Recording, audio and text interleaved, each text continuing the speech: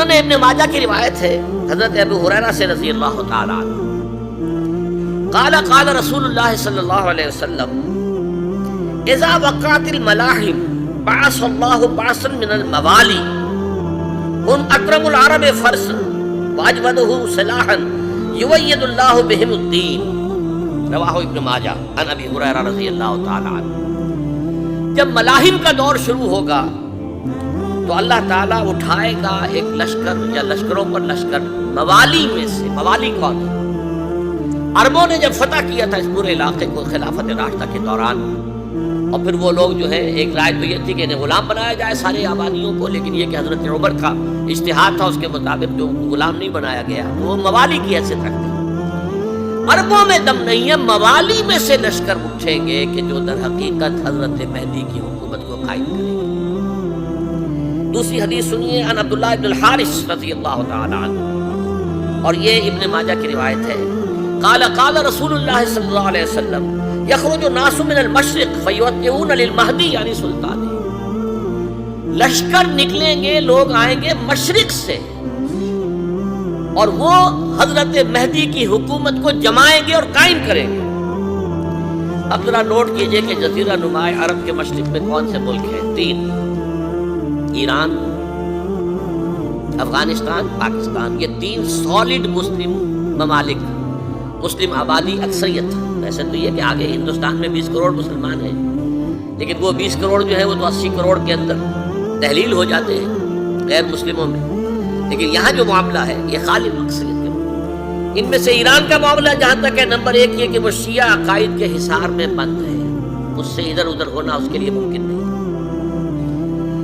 حدیث میں یہ بھی آتا کہ اصفہان سے 70,000 یہودی دجال کا ساتھ دیں گے، لیکن بہرحال خراسان ایک صوبہ ہے افغانستان کا اس وقت بھی شمال مشرقی کونے میں، مجھے امید ہے وہاں سے خیر کی، کیونکہ خراسان کا لفظ وہاں پہ شامل ہے، اور حضور کی حدیث میں بعد میں آپ کو سناؤں گا کہ خراسان سے فوجیں چلیں گی جو یروشلم کو دوبارہ حاصل کریں گی، فتح کریں گی، جیسے پہلے یروشلم کھویا عربوں نے تھا، دوبارہ حاصل کیا تھا کرد نے، کرد خون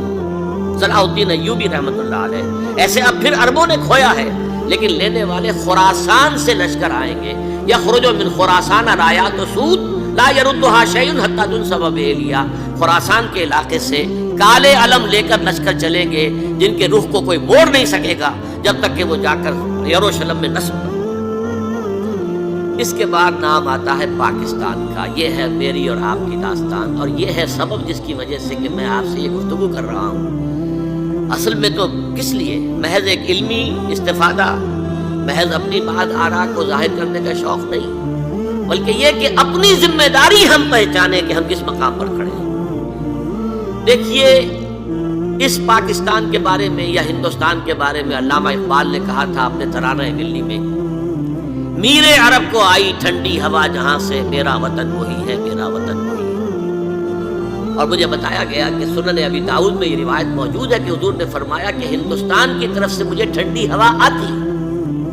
اگرچہ مجھے وہ حدیث ابھی نہیں ملی ہے، لیکن حزب التحریر کا ایک کارڈ مجھے ملا تھا، تو اس میں اس حدیث کا اور اس میں ابن داؤد ابو داؤد کا روایت کا حوالہ موجود تھا۔ لیکن میں جو چیز آپ کو بتا چکا ہوں وہ یہ کہ الف ثانی کا پورا تجدیدی کارنامہ اس ہندوستان کی سرزمین میں ہوا۔ مجدد الف ثانی شیخ احمد سرندی، شاہ ولی اللہ دہلوی، سید احمد بریلوی، وہ تو ہمارے پاکستان میں آ کر جو ہے ان کا خون جذب ہوا ارض پاکستان میں۔ پھر شیخ الہند مولانا محمود حسن۔ تحریک خلافت چلی تو صرف ہندوستان میں چلی اور کہیں نہیں چلی۔ آزادی کی تحریک چلی پوری دنیا میں، وہ نیشنلزم کی بنیاد پر چلی، ملے نیشنلزم، عرب نیشنلزم، ترک نیشنلزم۔ ہمارے ہاں چلی تو اسلام کے نام پر پاکستان کا مطلب کیا؟ لا الہ الا اللہ۔ پھر پاکستان قائم ہوا معجزے کے طور پر، بلکہ نازل ہوا ہے لیلۃ القدر میں، انا انزلناہ فی لیلۃ القدر، جیسے قرآن نازل ہوا ہے لیلۃ القدر میں، یہ پاکستان بھی نازل ہوا ہے لیلۃ القدر میں۔ اس کا برقرار رہنا ابھی تک معجزہ ہے۔ ہندو یہ سمجھتا تھا، کانگریس سمجھتی تھی کہ جھٹپٹ ختم ہو جائے گا۔ پھر یہ کہ اس کا قرارداد مقاصد کا پاس ہو جانا،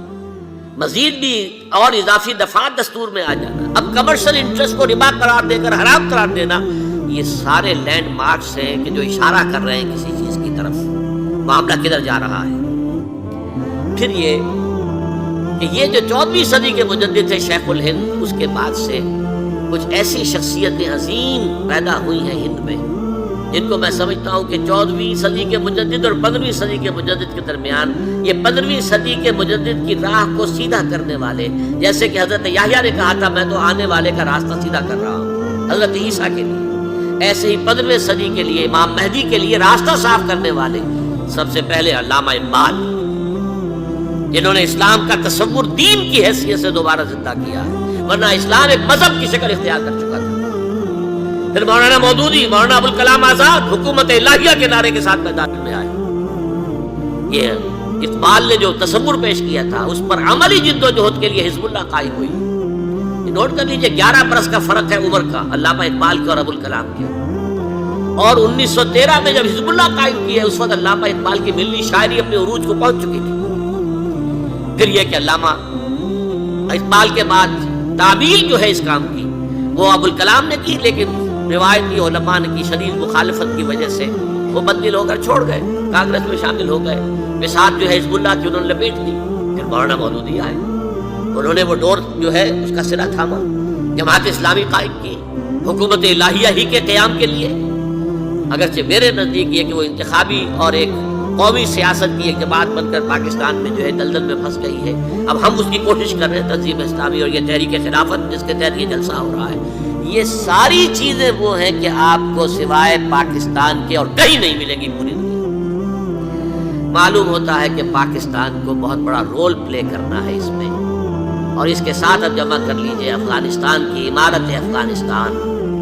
اسلامی عمارت افغانستان قائم ہو چکی ہے۔ یہ پچھلے 20 سالوں میں جو کچھ وہاں ہوتا رہا ہے اس سے پہلے تصور نہیں ہو سکتا تھا۔ علامہ اقبال کے فرزند بھی دیکھ کر آئے ہیں، تو اگرچہ وہ خود میں سمجھتا ہوں کہ خاصے انہیں آپ لبرل کہیں، آزاد خیال کہیں،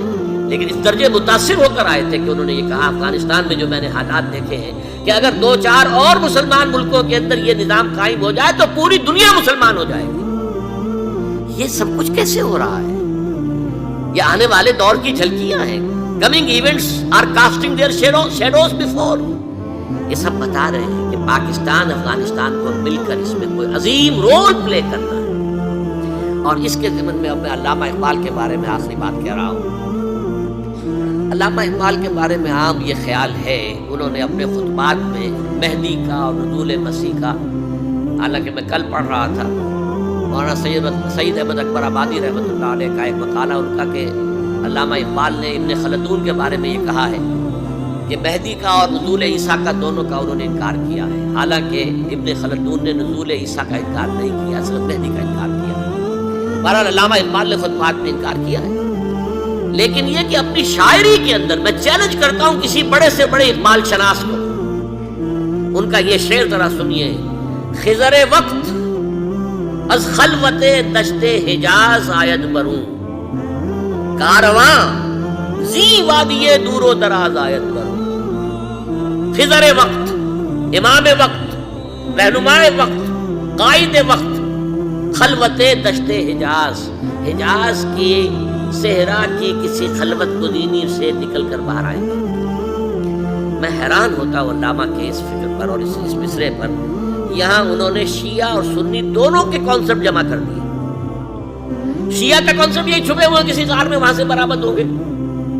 اور ہمارا کانسیپٹ میں ام سلمہ رضی اللہ تعالیٰ عنہ کی حدیث سنا چکا، چھپے ہوئے ہوں گے وہ وہاں پر، مدینے سے نکل کر آ کر مکے میں چھپ جائیں گے۔ اس خانہ جنگی کی حالت میں لوگ ان کی طرف دیکھ رہے ہوں گے، سوچتے ہوں گے انہیں میدان میں آنا چاہیے، کوئی پارٹ پلے کرنا چاہیے، امت کی رہنمائی کرنی چاہیے، لیکن وہ چھپیں گے، وہ کارے ہوں گے، وہ اس ذمہ داری کو قبول نہیں کرنا چاہیں گے، جا کے چھپ جائیں گے مکے میں، وہاں سے مکے والے انہیں نکالیں گے، اور وہ کارے ہوں گے، انہیں بالکل یہ پسند نہیں ہوگا کہ یہ ذمہ داری اٹھائیں۔ تو خضر وقت از خلوت دشت حجاز آیت بروں، کارواں زی وادی دور و دراز آیت بروں۔